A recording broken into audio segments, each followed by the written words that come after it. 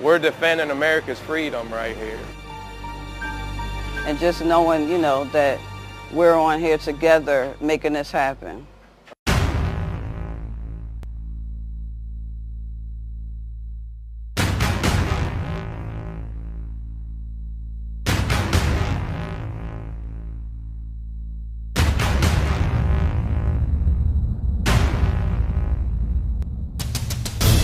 Working on the ship has just been an honor. It's a brand new design, brand new class.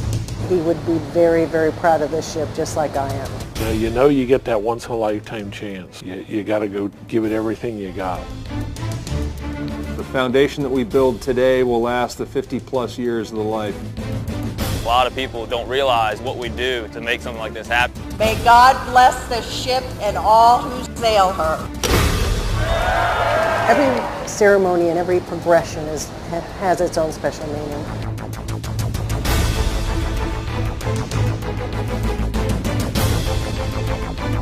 It's pretty amazing what people can do with their hands. And what we do here, to me, is just amazing.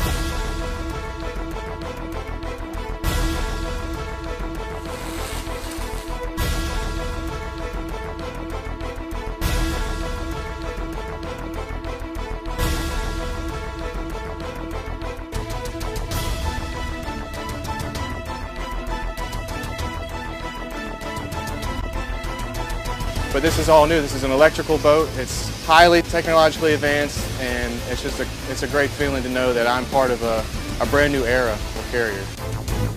It's very special. To be the first to do something this big and to have everybody looking at it and wondering, hey, is this going to work?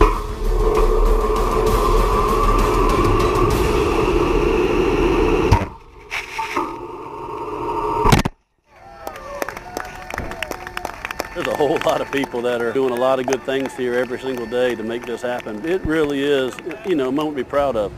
That was awesome.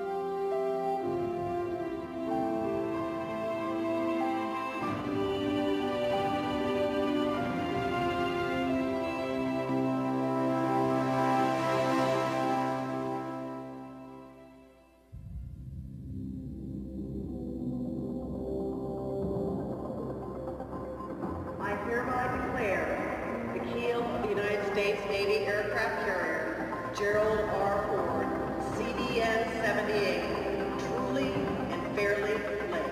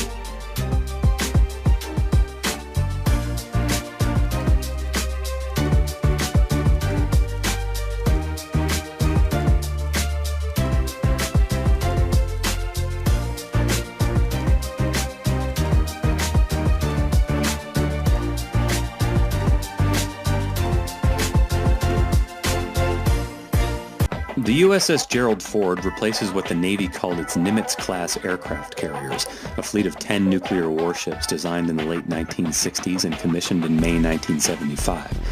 The Nimitz class is still in operation, but in 1996, Navy officials knew they'd need a new ship for the 21st century. The Navy wanted to house at least 75 aircraft on the new ship's deck, and it wanted a better nuclear energy system. As designs progressed, those requests became more precise and more numerous. Newport News Shipbuilding Company worked to turn those requests into reality.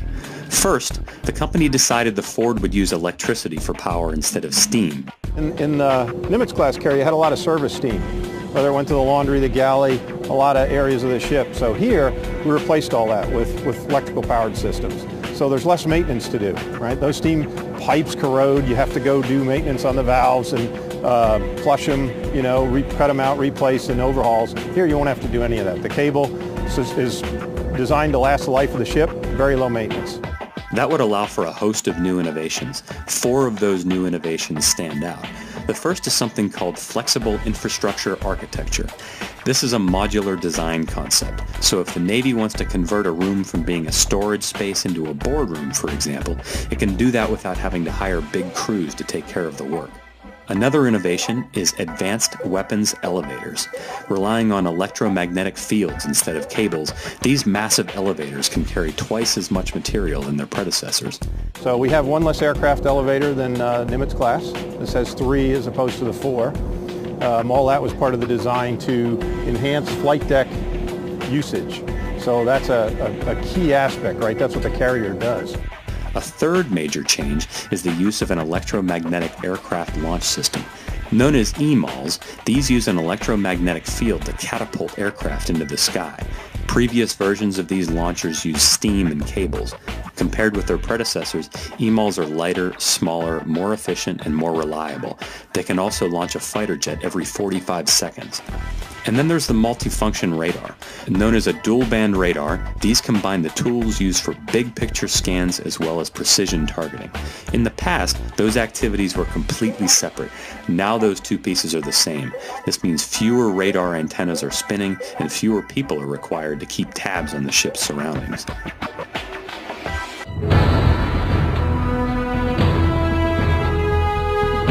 I've had the pleasure to serve on a lot of carriers. I was most recently the executive officer on Harry S. Truman.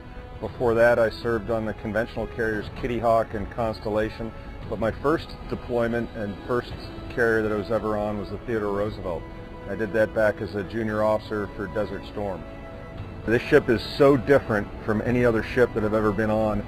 And that holds true for all of our sailors. You know, no matter how many aircraft carriers you've been on before, you've never been on a Ford-class aircraft carrier.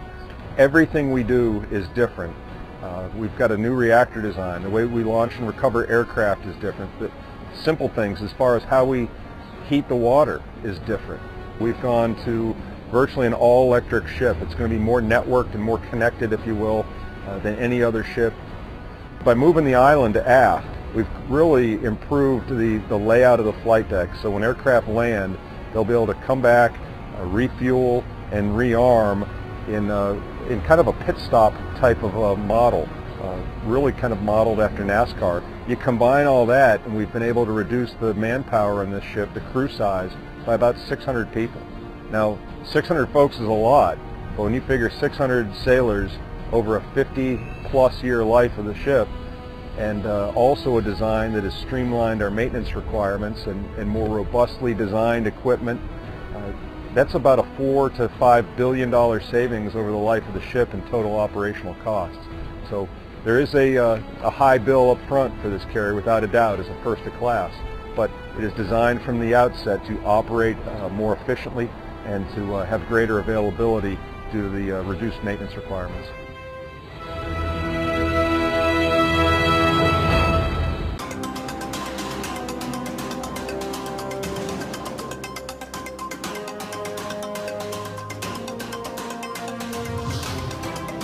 In naming CVN 78 after President Ford, we are bestowing an appropriate honor on a distinguished public servant who had a deep and personal connection with aircraft carriers throughout his life.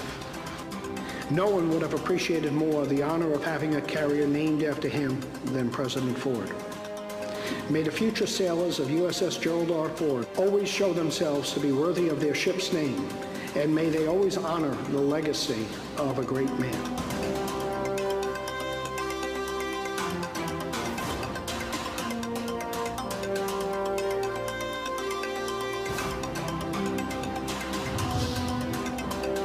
The Gerald R. Ford continues our tradition of building quality ships. It is our duty, it is our responsibility, and indeed our great privilege.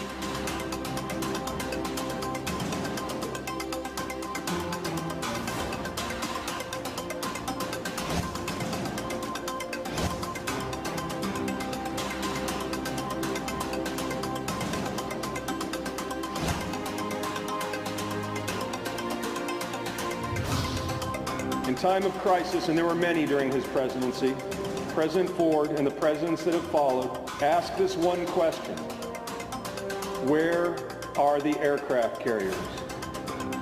Every day inches us closer to that day when the response from our Navy will be, Mr. President, Gerald R. Ford stands ready, awaiting your orders.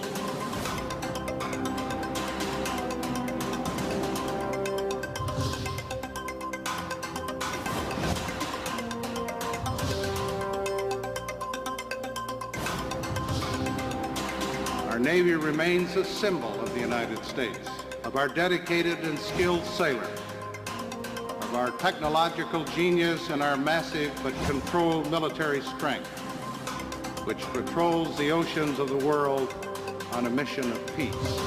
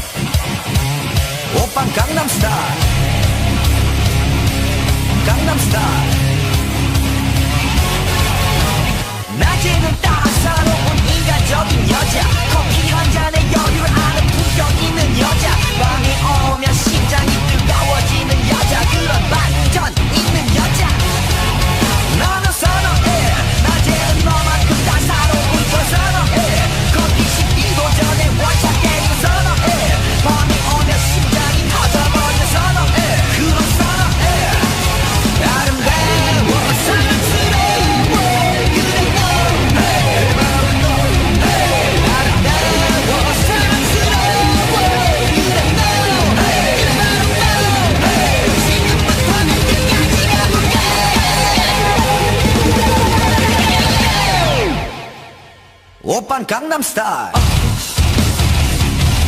강남스타일 오빤 강남스타일 강남스타일 오빤 강남스타일 섹시 레이디 오빤 강남스타일 섹시 레이디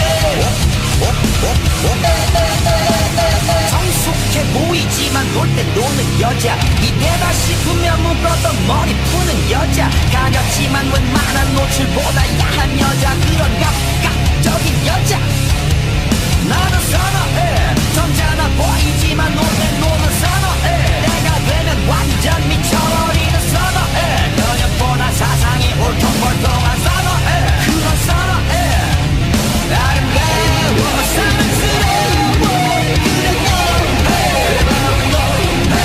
아름다워 사랑스러워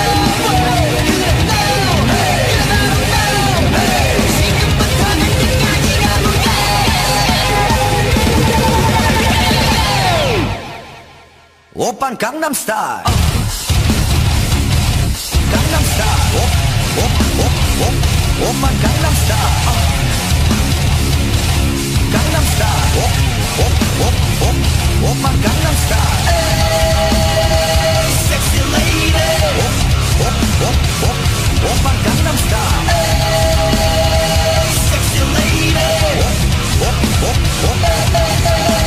뛰는 너 그 위에 나는 너 Baby baby 나는 뭘좀 아는 너 뛰는 너 그 위에 나는 너 Baby baby 나는 뭘좀 아는 You know what I'm saying 오빤 강남스타일 Sexy lady 오빤 강남스타일 Sexy lady 오빤 강남스타일